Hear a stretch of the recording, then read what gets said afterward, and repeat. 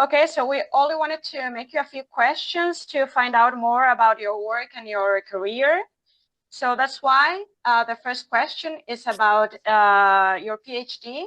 As we know, you earned your PhD in the University of Pennsylvania, and we would like to know more about the topic you chose, about who was your supervisor, who you worked with, and everything you can tell us about your PhD. No, I I went to University of Pennsylvania as a Fulbright scholar, and the Fulbright paid for 2 years, and the Egyptian government paid for me for 5 years. And my topic of the doctorate was about the Giza Plateau, was about the three kings at Giza, Khufu and Khafre and Menkaura.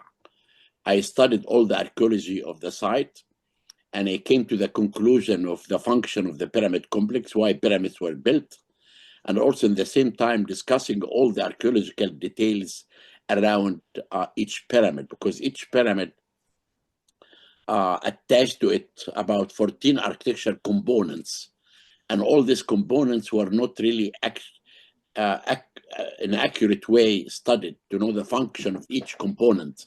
I was able to do that. I took 4 years in courses, and I finished my doctorate in 3 years, and I came to Egypt to be the director of the pyramids. So we have talked about your PhD, and since the start of your career as an Egyptologist, once you returned to Egypt, what have been your most important discoveries, or what have been the most exciting missions you have been part of? The most important discovery that happened right after I came from the States and to be the director of the pyramid, I discovered, number one, a big, large cemetery west of the Great Pyramid of Khufu. And one tomb was for a dwarf. His name is Berni Ankhou. And the inscription in the dwarf say, "He who pleases His Majesty every day." He used to make the king happy. And the statue is really beautiful, seated statue found in the tomb. And next door to this tomb, another tomb for a priest. His name was Kai. And I found the statue of the priest Kai, and his daughter seated beside him, and his son standing beside him. And the other important discovery that happened is a major important discovery. I found the tombs of the pyramid builders. That proves two important things. Number one, that the builders of the pyramids were Egyptian, based on the names that I found inside the cemetery. And the second, the builders of the pyramids were not slaves, because if they were slaves, they will never be buried in the shadow of the pyramid. If they were slaves, they will never prepare their tombs for eternity like kings and queens.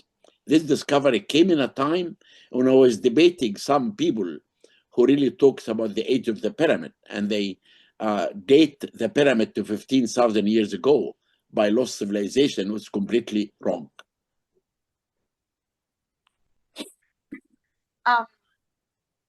Which of the archaeological missions you have been part of do you remember most passionately? No, I still excavating until now. We are not talking about my memories. You are talking about I'm excavating in Saqqara now in two major sites, and made major important discovery in Saqqara, coffins and mummies, and we are in the process of excavating a new pyramid. And in Luxor, I'm still excavating in the Valley of the Kings, searching for the tomb of Queen Nefertiti in the Valley of the Kings, and the tombs of the queens of Dynasty 18. And also I discovered a big major discovery, which is the Golden City, a big large city dated to the reign of Amenhotep III. On the 8th of January, I'm making a big press conference in Luxor, announcing a major discovery happened near the temple of Queen Hatshepsut in Luxor. Was about the Golden City in Luxor. What is the current status of the research? Are excavations still ongoing? And well, you said that you're going to make an announcement in January very soon. I was going to ask about publications. Are there any publications going to be released soon? Yes, I published I wrote books and articles about my excavation in Saqqara and in Luxor, and I published 5 volumes about the excavation in the Valley of the Kings. Still more volumes to come, and there is a big volume about the discovery of the Golden City is going to be published soon. Okay, that was it. Yeah, I was thinking specifically about the Golden City publication. You have a very powerful presence on social media. Do you think others should follow your example to share ancient Egypt's cultural and historical heritage? And I don't really say that others should follow. I am a, a person who had passion for archaeology since I was young. And this passion is, I think it's made my fame. And if anyone wants to follow my career, he should have the same passion that I did have when I discovered the first statue in my career. And when I was cleaning the statue, I said, I found my love. Archaeology became my passion. Okay, so we were talking about, well, presence on social media and passion in Egyptology. I think many Egyptologists, almost all, I would say, feel a very deep passion for this scientific field.